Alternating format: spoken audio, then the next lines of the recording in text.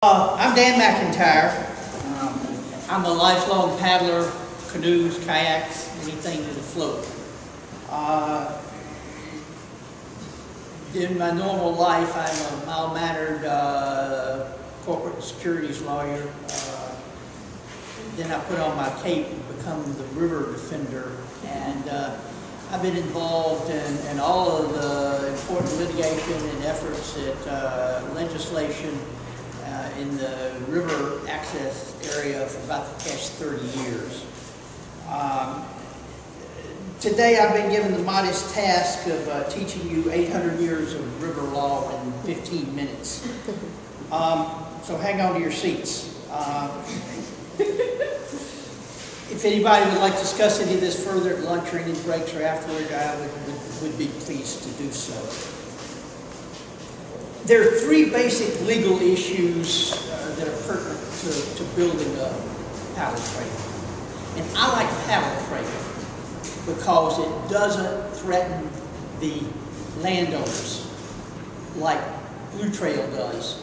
They're envisioning people walking through their land at that point. I think paddle trail is the most defensive description we can use for what we're doing here.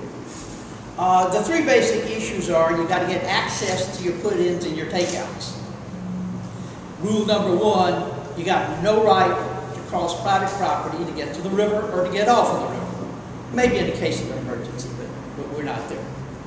The second legal issue is you got to get sufficient control over that launch site to build what you want to build and operate like you want to operate. And the third issue that I'm going to spend most of my time on is what rights do voters have once they get on the road. So let me quickly address the first two of those issues. The first thing you need to do if you're going to think about a canoe trail is get a lawyer on board. That legal planning has got to be done from day one, or it's not going to happen. Don't be bashful about asking a lawyer to do this free, pro bono publico. That's our duty, to do that sort of stuff. Get a lawyer who knows something about real estate law.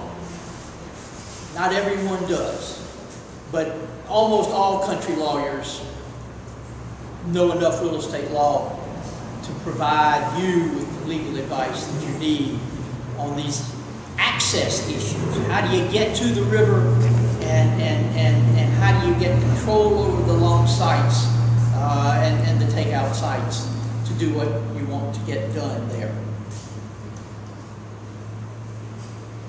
Address the legal issues on the front end in the planning process. Identify them, address them, know how you're going to do it. Otherwise, they're going to rise up and bite you at exactly the wrong time, guaranteed. Now on to river passage law, which I think is what most people are interested in. That's law of ancient origin. It starts with the Magna Carta, which is something that you might have heard of somewhere along your educational. It's changed a lot through the years. And if I had an hour or so, I'd love to trace that history for you, because it is very, very interesting of how we got to where we are on these river passage issues. But they all respond to economic reality, social mores, and the politics of the time. And you've always got to be aware of all of those when you're building a trail. Let me begin with the good news. River passage issues are rare. I've been doing this 30 years or so, and we've had, maybe a dozen battles.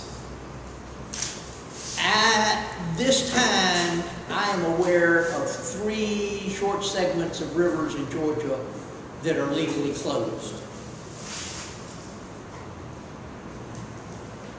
Almost all access problems are solvable with a little goodwill and negotiation with the people who are causing the problems.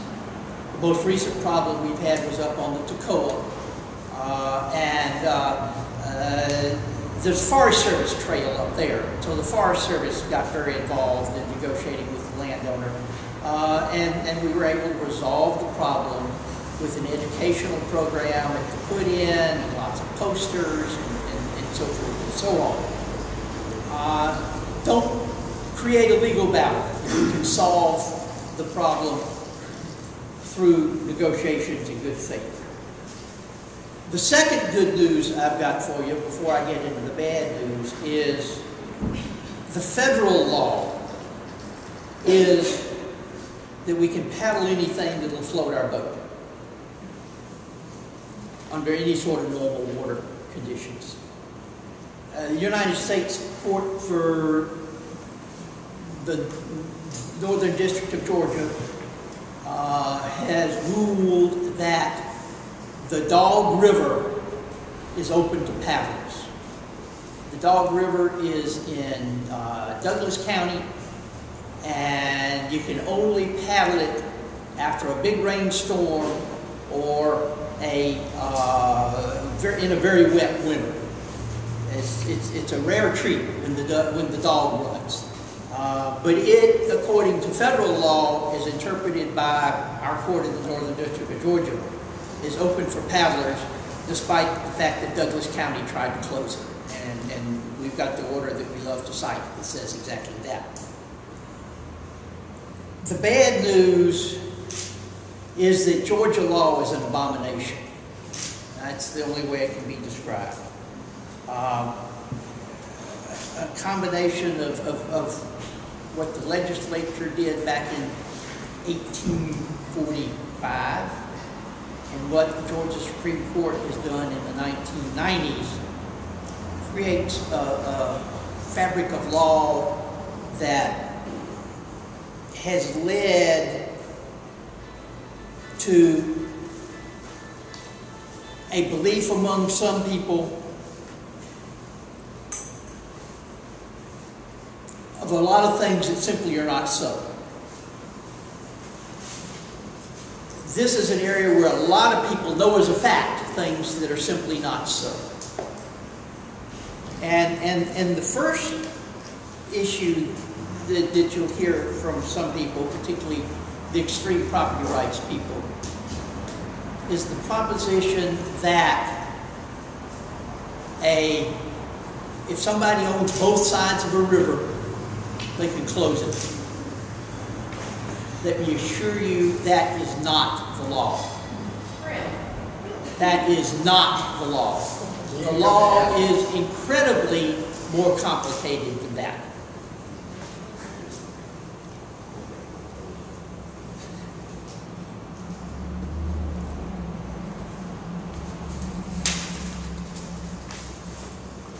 Part of that is because people confuse the concepts of navigability and the concept of the rite of passage.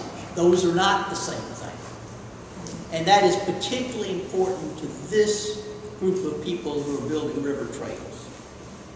Now, that's the climax of this talk, so I'll just give you that little teaser.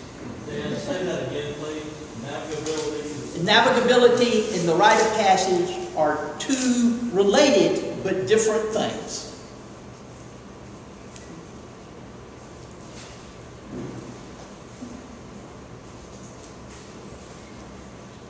You know, where we start on all of this, as I mentioned before, is the Magna Carta. John, by the grace of God, King of England, Lord of Ireland, Duke of Normandy and Aquitaine, and Count of Anjou, to the archbishops, bishops, abbots, earls, barons, justiciaries, foresters, sheriffs, stewards, servants, and all the bailiffs and liege servants. Greetings. And of the Magna Carta, 4 sections address what we're doing directly. 33, all fish weirs shall be removed from the Thames and the Midway and all the rivers in the realm. It ain't legal to block the river, so you can't get down it. All merchants may enter and leave England unharmed without fear, and may stay and travel within it by land or by water. And that got all of this tied to merchants, and that creates some complications for us as recreational paddlers. And so it's important that we emphasize this economic stuff that you're talking about here. In the future, it shall be lawful for any man to enter, leave, or return our kingdom on land or water. And finally, all forests, and that was a specialized word. A forest was actually an area that had been closed to everybody except the king and a few favored people. That have been created in our reign shall at once be disafforested. What a wonderful old English word. Riverbanks that have been enclosed in our reign shall be treated similarly.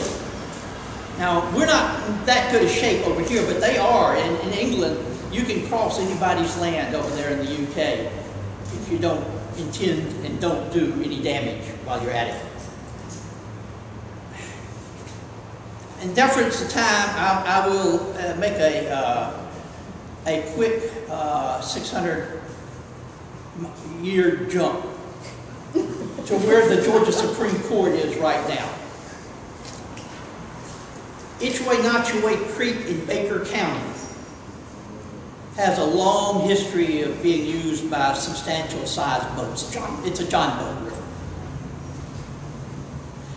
The lower section of 4 miles has been declared navigable by the Corps of Engineers. The locals have been boating on that river forever. On the banks of the Itchway-Notchaway is the longtime venue of the Woodruff, as in Coca-Cola, quail plantation. And there is a long history of bad blood between the locals and the Woodruff forces down there. And I can tell you a couple of hours of interesting stories I've heard about tying fire to cats' tails and sending them across the land down there. Unfortunately, the current occupant of that land, our supposed friend, the Joseph Jones Foundation, decided to carry that feud up into the 1990s. And they declared that Itchway-Notchaway, as it flows through their land, was closed. A great American by the name of Carroll Gibbons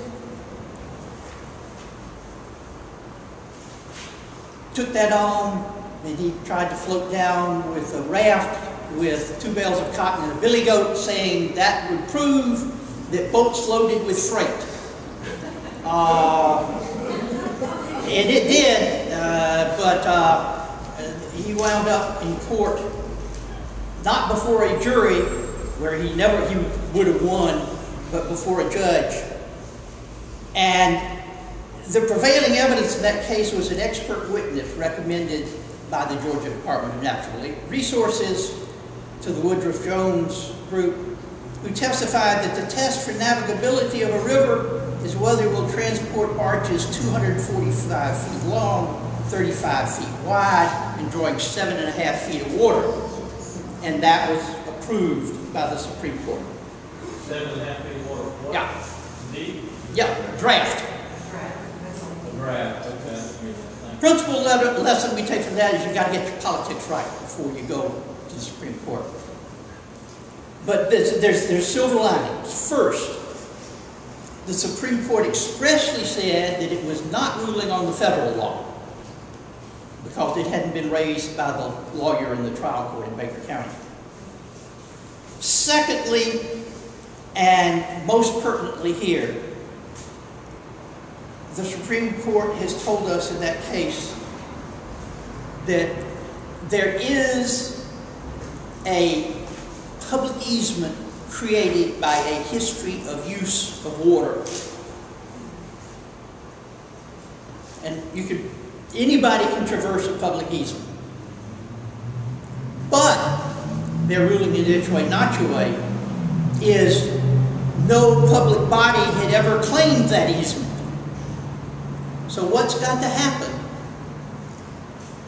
is if we declare it a canoe trail and we get a public body, county commission, city, any public agency, to declare that canoe trail and do it correctly with the resolution that Charlotte and I worked on a few years ago, and we'd be happy to share with you at any time. It's on the website.